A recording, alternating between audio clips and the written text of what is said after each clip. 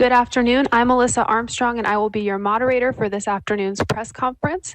First, Dr. Mark Escott, Interim Austin Travis County Health Authority, will say a few words, and he will be followed by Sarah Eckhart, Special Assistant to Travis County Judge Sam Bisco, and Mayor Steve Adler. At this time, I will open it up to our speakers for any updates. Thank you. Last week, the three of us talked publicly about a concern that we were seeing, and that was in relation to both a substantial increase in new cases as well as an increase in hospitalizations. And last week, we had another discussion about our concerns that our primary indicator for staging the new hospital admissions was heading towards that number of 20. And we were concerned about it crossing over into 20. That happened last night. And, having looked at that, as well as a number of supporting indicators, we've made the decision to transition to a stage 4 in terms of risk in the Austin Travis County area. I'm going to share some slides with you now to show you where we are and to give you a better idea of what that looks like graphically. So right now I'm showing you our new confirmed cases in Austin and Travis County. You can see this hockey stick appearance on the right side of your screen. Last week we had 799 new cases diagnosed in the Sunday to Saturday period. This represents a 90% increase as compared to the week prior.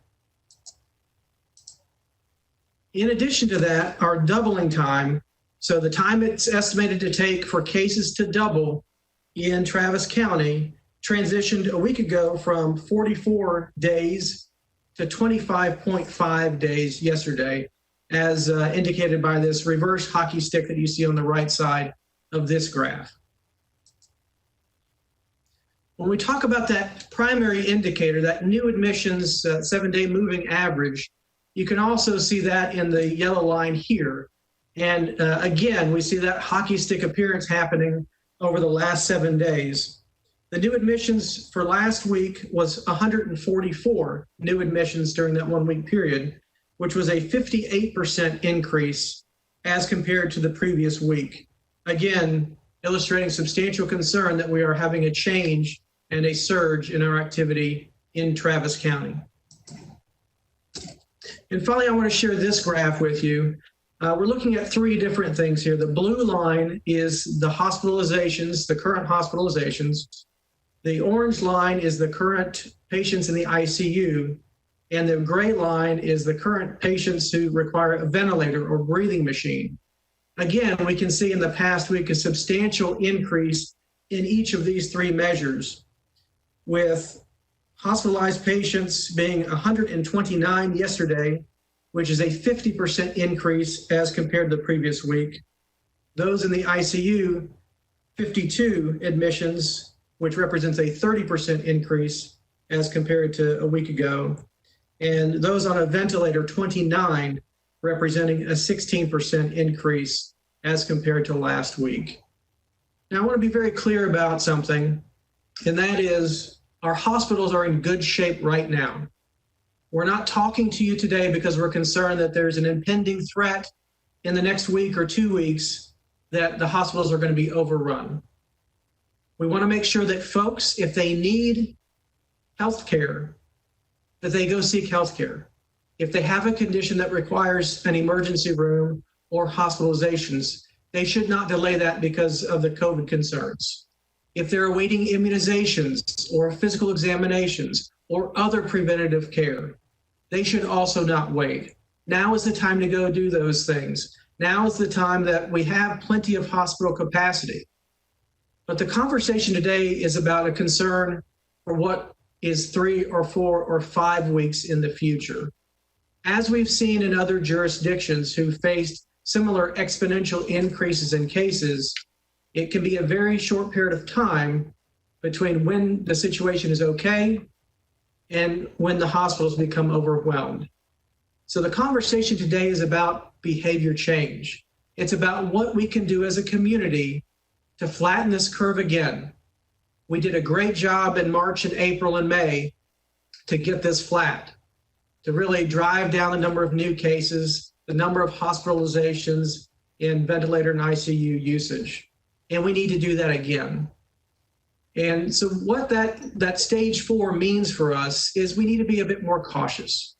It means that those who are over the age of 65, those who have significant underlying health conditions that are known to cause complications from COVID-19, including diabetes, heart disease, lung disease, kidney disease, and a number of other items, which is on our CDC or our austintexas.gov/COVID-19 website. Those folks need to stay home. They only need to go out if it's absolutely essential that they go out. And if they do have to go out, that they wear a mask 100% of the time, that they social distance 100% of the time, and that they pay attention to the personal hygiene messages, the washing the hands, the not touching the face, and the associated messages. In addition to those individuals who are at risk themselves, we offer the same advice for those who live in households with those individuals. It is really, really important that we protect those who are the most vulnerable in our community. And if we do that, we can tolerate increases in cases without the substantial increase in hospitalizations and deaths. We are recommending that folks who are in that high-risk category not participate in social gatherings larger than 2, particularly in those circumstances where those social distancing and masking is not taking place. For the rest of the community, we're recommending that threshold be at 10, unless those social distancing measures and the masking are able to take place in those settings. Again, it is critical for us to take appropriate actions now as a community to protect ourselves, to protect our household, and to protect one another. And, you know, we've seen quite a bit of interest and focus and really celebration of working together as a community when we've seen the issues facing our communities of color. And, you know, the concern for us right now in particular for COVID-19 is the disproportionate impact it is having on our communities of color. If we want to show solidarity with our Latinx community, with our African American community, then together we will take these steps necessary to protect all of us. And with that, I'll pass it to Sarah Eckhart. I'm going to be completely straight with you all. The mayor and I and Judge Bisco completely recognize that the governor of the state of Texas has taken away from us enforcement authority to put into place adaptive measures that have proven to be effective in COVID-19. And the governor has also shown every intention of getting back to business as usual, irrespective of the facts that you've just heard from Dr. Escott. But we know our community, and we know that we in Austin, Travis County, and all the municipalities inside Travis County, as well as our neighbors around Travis County, are ready, willing, and able to make the adaptations necessary to keep our coworkers safe, to keep our neighbors, and to keep our families healthy, and that we will do what's necessary in order to safeguard our community. And so I'm asking for everyone to recommit today to the 6-foot distancing, to wearing those face masks, and also to not go out to places or go out with people who are not equally as committed to that 6-foot distancing and that face masking so that we can keep our whole community safe. So I do want to say that based on what we are seeing coming out of the University of Texas, and it has been very accurate up to this point, that by maintaining our 6-foot social distancing, by wearing our masks, and also by not going to places or going with people who are not equally committed, we have a high probability of being able to cut the numbers of deaths in half. That is an awesome power that we have. And I'm asking you to take hold of that power and use it for good.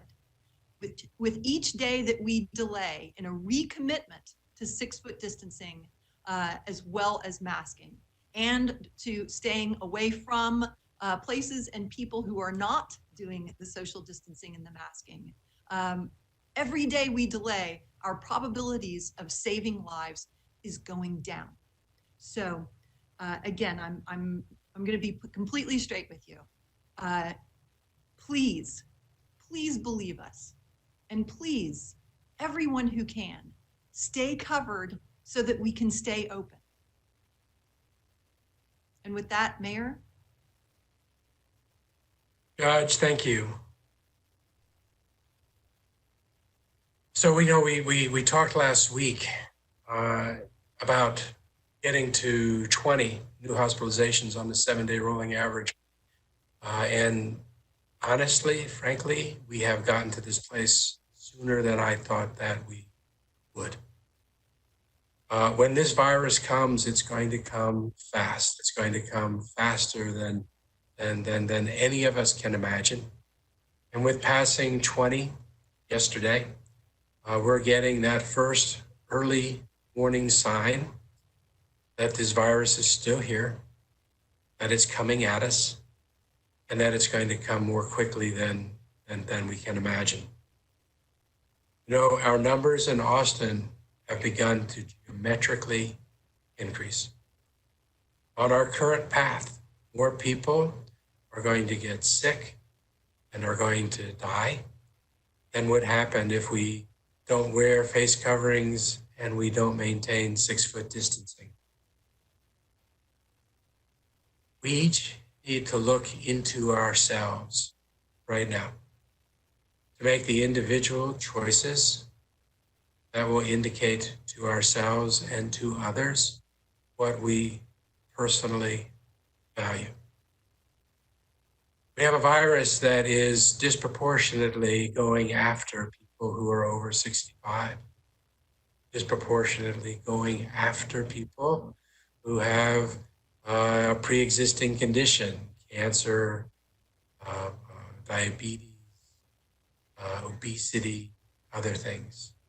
It is disproportionately going after our communities of color.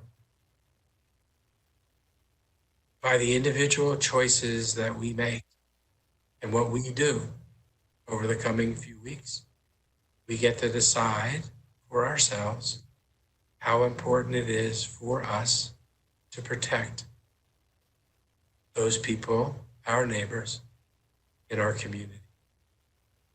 There are a lot of people in this community right now saying that Black Lives Matter, because they do. You have to decide now by your actions whether you mean that, whether that in fact is something that is more than a slogan, but is something that you're actually willing to put into practice. So there's a great debate in Austin right now about, do we want to open up the economy on the one hand, or do we want to be concerned about the virus on the other? And that's a false choice, because we want to try to open up the economy. We want people to be able to go out.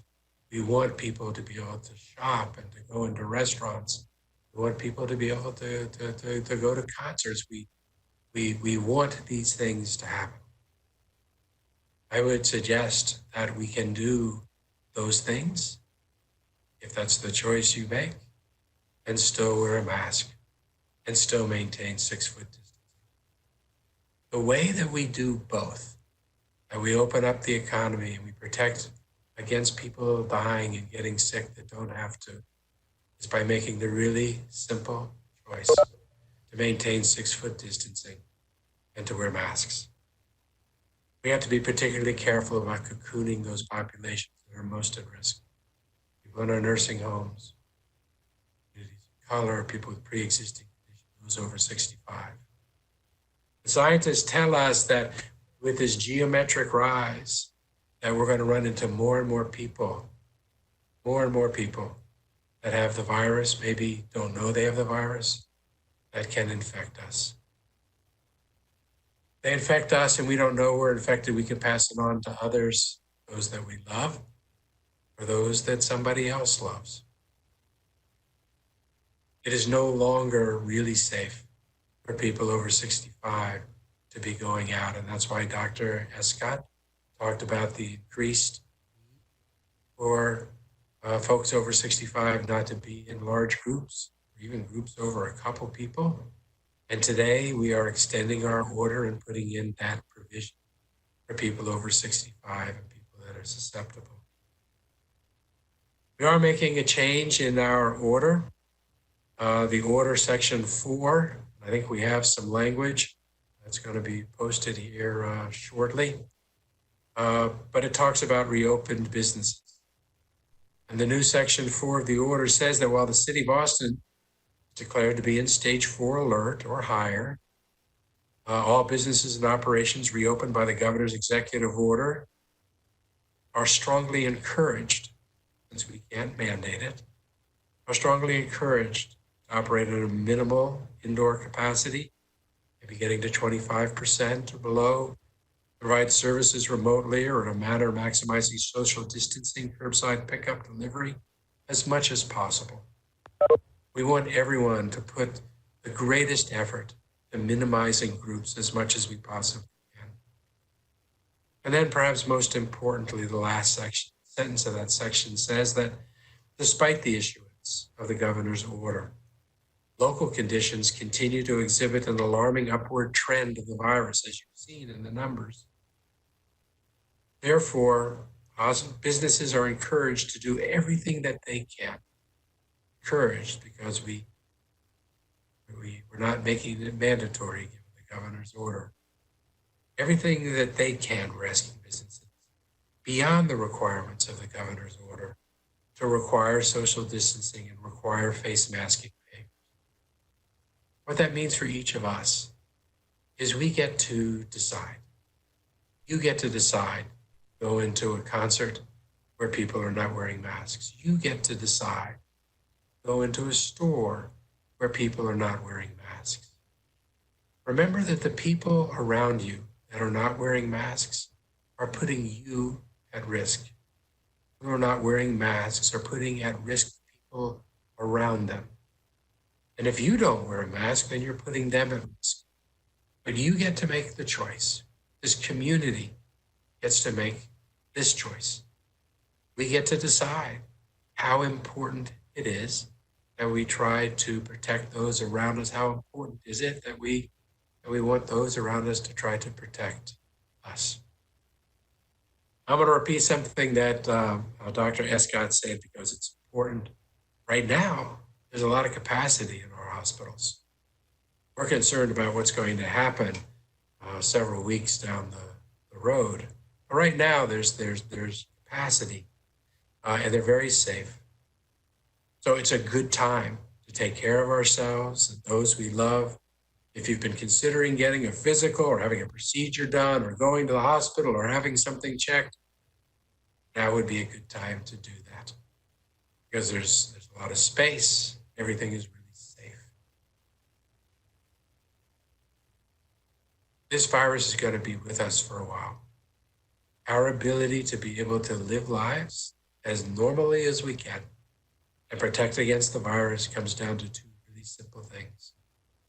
Just how inconvenient is it really to put on a face covering?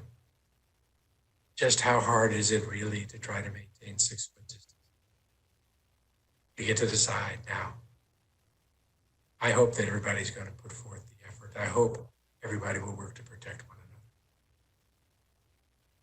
And with that, I think that we're all available to answer questions. Yes, at this time, we'll go ahead and open it up to our pool reporter to begin the question and answer segment of this press conference. Good afternoon, everyone. My name's Betty Cross. I'm with CBS Austin, and the first question is from CBS Austin. Have you traced any of the growing number of new cases to common origin points? What locations do they have in common? And are you seeing any of these more recent cases trace back to protest or trace back to even restaurants? What I'm asking this is really to try to give our viewers some way of knowing what they can and can't do as they try to figure out how to navigate where they go from here. So Betty, our case investigators are working hard to track down cases, but the challenge that we have right now is that people have, the positive cases that we're investigating right now have been to so many different locations. Work sites, grocery stores, restaurants, bars, that it is very, very difficult to pin it down to one particular location. And I want to state quite clearly, we have widespread community transmission in Austin, in Travis County, across Texas, and across the United States. So the risk of transmission is everywhere. And I don't mean that to frighten people. I mean that so they understand the facts. And the facts are, it's everywhere. And we're seeing that demonstrated in the new cases that we're experiencing and the rapid growth of those new cases. So if the question really is, where do I need to be careful? It is every time you go outside the house. That's where people need to be careful. We are also working hard to identify additional strategies to protect people within households, because we are seeing a number of clusters in households where we have 5 or 6 individuals in a single household that are all positive. And again, our concern is particularly in those larger households that tend to be in smaller dwelling sizes, those multi-generational households where folks really do have a hard time social distancing and protecting themselves from one another. So we have a long way to go when it comes to those case investigations and the disrupting that household transmission. But our teams are working hard on that. Well, the question was, what do people do as they're trying to figure out how to navigate this? It's really pretty simple. Wear a mask when you go outside, and don't go places where people aren't wearing masks. And I guess part of my question, not to take too much time with this, is we've opened up restaurants. You can't wear a mask when you're at a restaurant. Yes, you have some idea of social distance, but not with everyone. So I'm trying to give people, if we can in any way help them through tracing, to figure out where are some points where a lot of people seem to be vulnerable. Have we figured that out at all? I think what you're hearing from Dr. Escott and from the mayor is the answer, although it's not the answer we want to hear. The answer is COVID-19 is transmitted person to person. You can't avoid it by avoiding certain places. You can only avoid it by adapting your own personal behaviors.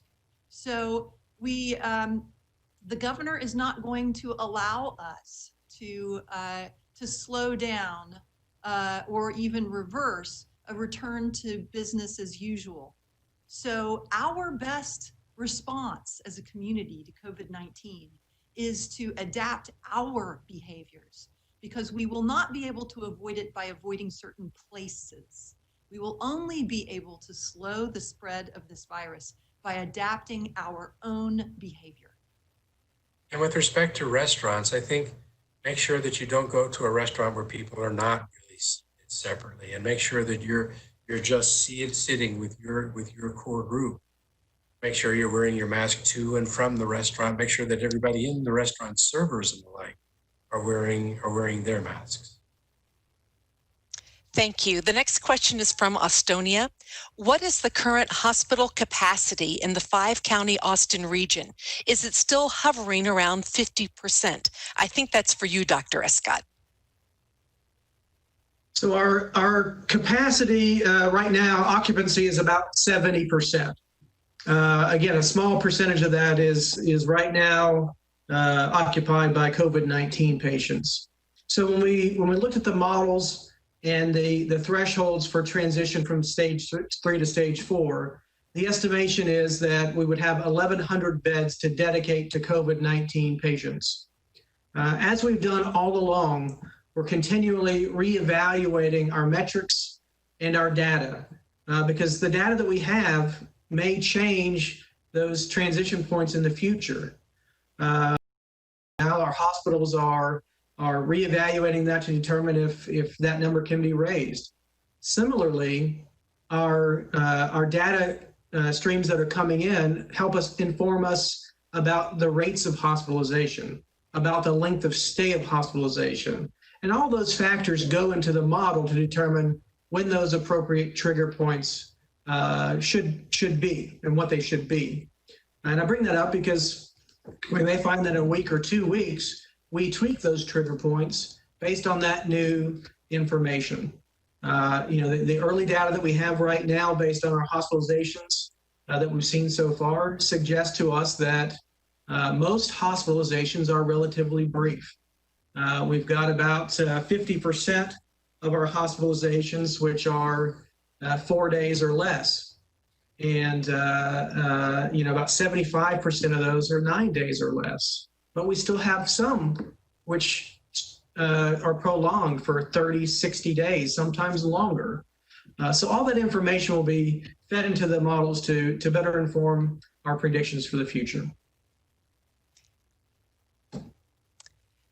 The next question is from KUT. What exactly do stage 4 restrictions mean for the public and for the healthcare system? So the stage 4 really, and this is all on our website with our staging matrix. Really, the critical changes are the advice in relation to gathering sizes. If you remember, all the stages involve the masking and the social distancing and the personal hygiene. And there's going to be variation based upon whether or not an individual themselves or in their household is at higher risk for complications. For those individuals, they need to be more protective. They need to take less risk. And that's the things I spoke about earlier. That is limiting gatherings to 2 or less. That's eliminating social gatherings that aren't essential, particularly those, as Sarah Eckhart said earlier, that don't involve protective behaviors, the masking and the social distancing. For those who are at lower risk, that threshold's a little higher. That's 10 individuals in a gathering space. This is, again, not about shocking people. We don't want people to live in fear. We want them to be smart. We want them to understand the evidence and be informed when the situation changes. And quite clearly, the situation has changed in Travis County in the last week. We've seen an increase in hospitalizations. We've seen an increase in cases. We've seen an increase in the ICUs and the ventilator use, and substantial change in our doubling time. These are all warning signs, and we are empowered to make the change. We are empowered to flatten the curve again, and if we follow those guidelines and the staging criteria in the category 4, stage 4, the orange stage, then we have a better chance of flattening that curve again. The next question is from Co-op Radio. What guidance, if any, have you received from the state and/or federal government in response to the dramatic uptick of hospitalizations across the state? I will tell you that Judge Wolf in Bexar County sent a letter to the governor's office late last week requesting authority to enforce masking. Since face masking does appear to be very low-hanging fruit that everyone agrees with, including the governor. And so Judge Wolf did receive a response from the governor's office that the governor would not provide local authority to enforce face masking, although he too agreed that it was a good adaptation. So that was disheartening. I'll also add to that. I don't think that anybody wants massive amounts of hospitalizations and deaths. But the simple fact is right now that we are not the only ones facing surge. We're not the only ones with that hockey stick appearance that I just showed you. Bexar County's in a similar situation. Tarrant County's in a similar situation. Dallas County has cases per capita right now, new cases that are 50% higher than ours. We're seeing this across the metropolitan counties in Texas, and certainly we've seen in other states like Florida. The reality is that what's changed is the messaging. What's changed is that desire to really push forward with the economy while sacrificing the public health piece. And again, as Mayor Adler said, it's a false choice. We don't have to choose one or the other. We have to choose both. And those simple things, the masking, the social distancing, the personal hygiene, is how we achieve both.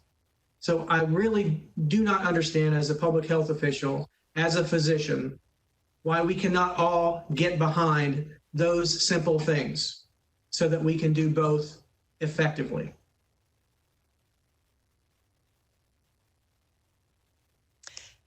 The next question is from the Austin Chronicle. Does the city have enough contact tracers hired and trained to respond to the surge we may now anticipate? So Austin Public Health is in the process of, every week we're onboarding more people. It's around 10 people a week that are coming on board, that we're training, that are taking on new cases. We also have a partnership with the Dell Medical School, with Community Care, and we're looking for additional partnerships to help carry that load. I will say that it's not all about the contact tracing. And let me explain that a little bit. One of the challenges that we've had over the past week or so has been a delay in the results due to a substantial increase in the testing done across our jurisdiction and across the state. It's not uncommon for us right now to be notified of a new case, confirmed case, that was tested a week ago, that had onset of symptoms 3 or 4 or 5 days before that. So the challenge is right now, when Austin Public Health is receiving a case, that individual may not be infectious any longer. In some circumstances, the same day that we report a new case, we report that same case as recovered because it's been more than 14 days. So this is why it's critical that we all engage in those protective behaviors, that masking, that social distancing. Because we cannot capture everybody with contact tracing. We cannot protect everybody with contact tracing. We have to protect each other. We have to protect ourselves and our households and our community by doing those things which we know are going to work. Our next question is from KXAN. Using contact tracing, how many people have been successfully tracked and quarantined? How many people not living with a known case have contact tracers been able to contact and tell them that they need to quarantine? I don't have a number for that. I can try to get that number.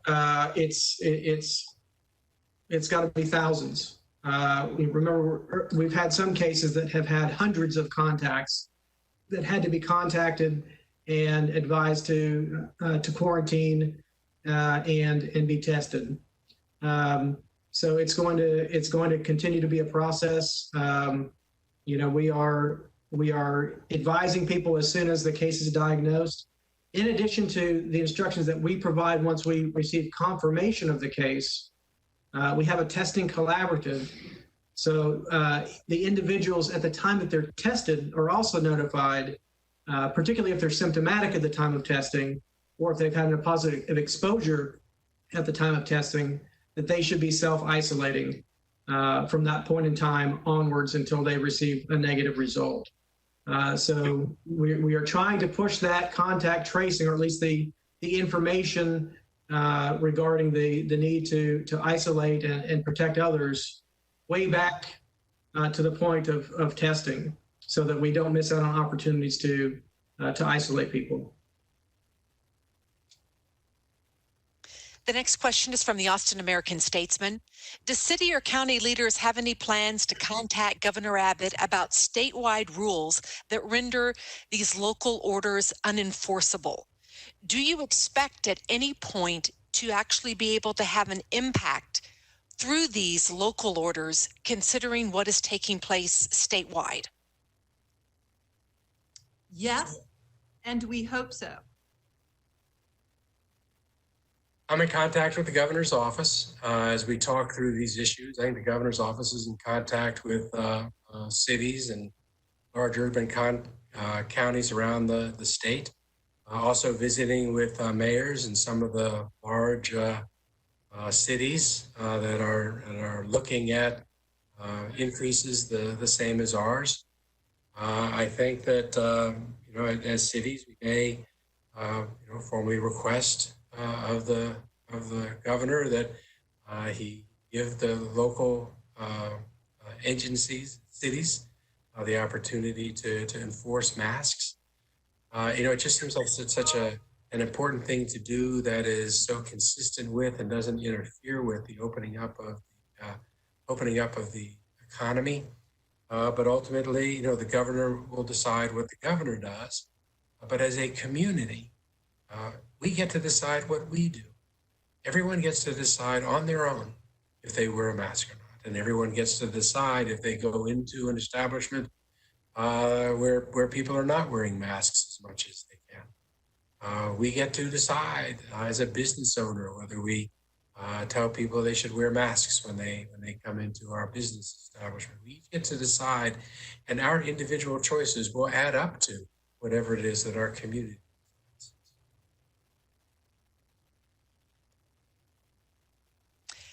The next question is from KView, and I know you all have touched on this a little bit today, but I think she's specifically asking what particular measures, beyond just asking people to wear masks and to continue to maintain 6 feet of social distancing, what measures can city or county leaders plan to use since these orders are basically unenforceable? That is a very, very painful question. Without enforcement capabilities, we are reliant on our community choices. But we know this community. The best that we can provide as government officials is the best information to all of the members of our community so that we can all make the best individual choices. The governor has very plainly spoken in his response to Judge Wolf that he believes that personal choice will carry us through this better than regulation would. I disagree. I think the mayor disagrees as well. But the message has been very, very clear from the governor's office that we are reliant on individual choice. And so the best we can do is to provide you the most accurate and timely information so that you can make the decisions for yourself. And we have before, and we will again. So again, I know it feels unsatisfactory, but the best information we can provide is maintain your 6 foot social distancing, recommit to the masking, and don't go to places or with people who are not similarly committed. I just want to add on that. Some businesses are doing a great job at really helping us protect their employees and protect the community. I went to Costco this weekend with my wife for the first time in a long time. They had a big sign at the door. You must wear a mask to come in. And 100% of the staff were wearing masks. 100% of the people shopping were wearing masks. And we need more of that. We need more businesses making the decision to say it's okay to want to protect my employees, to want to protect the community. And I think we really do need to applaud those businesses that are doing well, doing their part, not only to protect people while they're in their business, but also to remind folks that it's the right thing to do. It's what we have to do as a community to get through this. And my hope is that more businesses will request that people wear masks to come inside, and that we will be able to flatten this curve again. It really is to save lives and to save those that are the most vulnerable in our community. I think it says a lot about a community when we see what lengths people will go to protect those who are the most vulnerable. And I'm very hopeful for this community. You make a good point, Dr. Escott. I would really like businesses that are doing this to reach out to me in my office so that we can let the community know who it is that are really stepping forward to try to protect their employees and the rest of the community. I know that HEB is doing that as well. So if you're an employer and you're doing this, please reach out to my office so that I can elevate your business as well. We have a question now from Community Impact. You commended local residents for flattening the curve early this spring. Why have circumstances changed? Is it reopening, warmer weather, a general fatigue with staying indoors? Why are we as a community not taking this seriously enough? I think we all want to go out. Oh, we've all been inside for so long. We miss people, we miss activities. And then we also, businesses are missing the income. Restricting the economy is incredibly hard, not only socially, but economically, the impact on business. For all of those reasons. But that doesn't make it something that we can sustain. We cannot sustain either locking down and not having any interaction, nor can we sustain everyone not wearing masks and everyone not social distancing, because it'll be thousands and thousands of people that ultimately die. We can't sustain either of those two things. I think that people are not meeting in the middle now, those that are not, in terms of doing the opened activities, but wearing the masks and doing the social distancing. I think that's not happening because people are getting conflicting messages. They don't think that it's important. They're watching the messages coming from the national government. They're watching what has become all too politicized discussion about the virus. And it's hard to push all of that politics away and aside. Actually pretty simple. You wear a face covering. It increases the chances you won't give the virus to someone else. If people wear face coverings around you, increases the chance they'll give it to you. You can still do the reopenings. Just wear the face. It's pretty simple, and I think people aren't doing it because they're not convinced that it's necessary, but it is. Fox 7 asks, are there any plans to place hospital tents in parts of the county if ever needed? We do have a medical surge plan that we have, and this is something I'm so grateful to this community for. By flattening the curve early on in the progress of COVID-19, it gave us the time necessary to put together the medical surge plan and to identify all the resources, the locations, and the personnel necessary. So yes, we do have plans in place, and we continue to work in partnership with our major hospitals and all of our provider network to assure that we will be able to surge beyond the hospital's regular capacity when that time comes. Given the trajectory that we're currently on, we do. I will just speak for myself, and we'll hear from the doctor. But I think the probability is that we do. We will need capacity beyond our regular hospital capacity at some point, probably this summer. Yeah, again, as Sarah just said, we've got plans. We've got plans to surge within the walls of the hospitals, so doubling up on beds if it's a single occupancy room, making it double occupancy. expanding to non-clinical areas within the hospitals, and then expanding outside the walls of the hospital to other locations. It's a plan. We have a plan. We've prepared to exercise those plans and implement those plans. But those are not plans that we ever want to implement, because you can imagine you can't care for somebody as well in the cafeteria of the hospital as you can in an actual hospital bed, in a hospital room with oxygen supplies and nursing staff and so forth. The state's plan is a reasonable plan. It calls for the similar steps that we've been preparing for quite some time. But the challenge is that surge plans tend to work if one jurisdiction is experiencing surge, but they tend to fail if Austin is surging and Dallas is surging and San Antonio is surging and Houston is surging all at the same time, because there simply are not enough resources and there aren't not enough people to staff those beds. And this is why we need people to really think about what they're doing. We need them to act. We need them to modify their behavior again, so that we can prevent that from happening. We will handle it. We will take care of it. We will look after people. We will care for people. But we want that to be in the ideal situation where we have enough resources for them, enough personnel to take good care of them.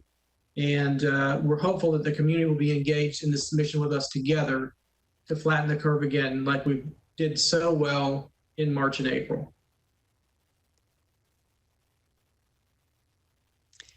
Univision is asking, what did you learn from the forum this past weekend geared towards the Hispanic community? How will the city and public health officials better assist and outreach to the Hispanic community, people who have been disproportionately affected? I think we learned a lot this weekend, not only from that forum, but from all the conversations that are happening. We know that the Latinx population is one that we need to focus on. We know that the ways that we've been communicating to that community have not gotten to everyone. We know that we need additional tools. We need additional ways for people to be able to isolate, perhaps in facilities if they can't isolate at home. We need to do a better job of getting personal protective equipment into those homes to help people better isolate from families if they're not able to isolate otherwise. We know we have to do a better job of getting the message to people. We know we have to do a better job of getting a trusted message to the community, where the community members hearing it, don't feel like they're at risk. This community, because of its susceptibility, because of the numbers, is one of the highest priorities in the city right now. And there's a lot of things that we're doing now and follow up to that associated with an overall strategy for tackling this outbreak in particular.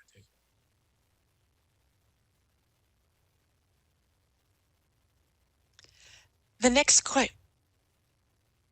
next question is from Co-op Radio. What insights on infected individuals' behaviors are you gaining through hospital admission interviews? How are those insights informing risk-based guidance to residents, employers, and businesses?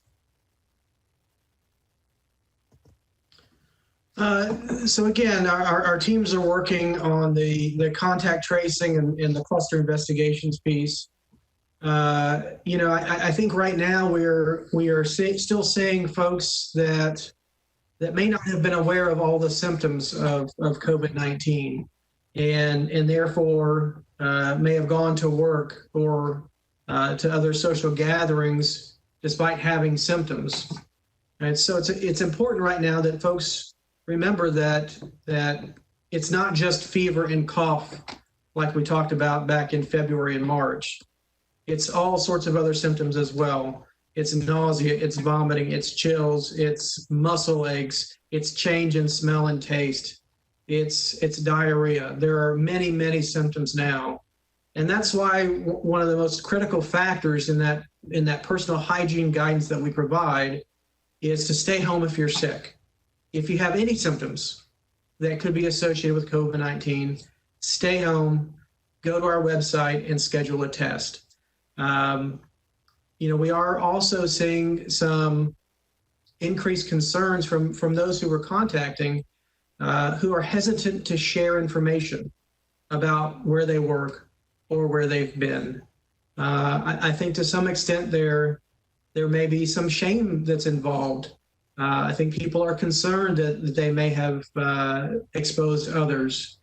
And I want to be very clear that when we do those case investigations, if we learn or get a list of an individual, of folks that they've been in contact with, we never ever say that person's name. We simply say, you were exposed to COVID-19 and you need to get tested and you need to isolate yourself.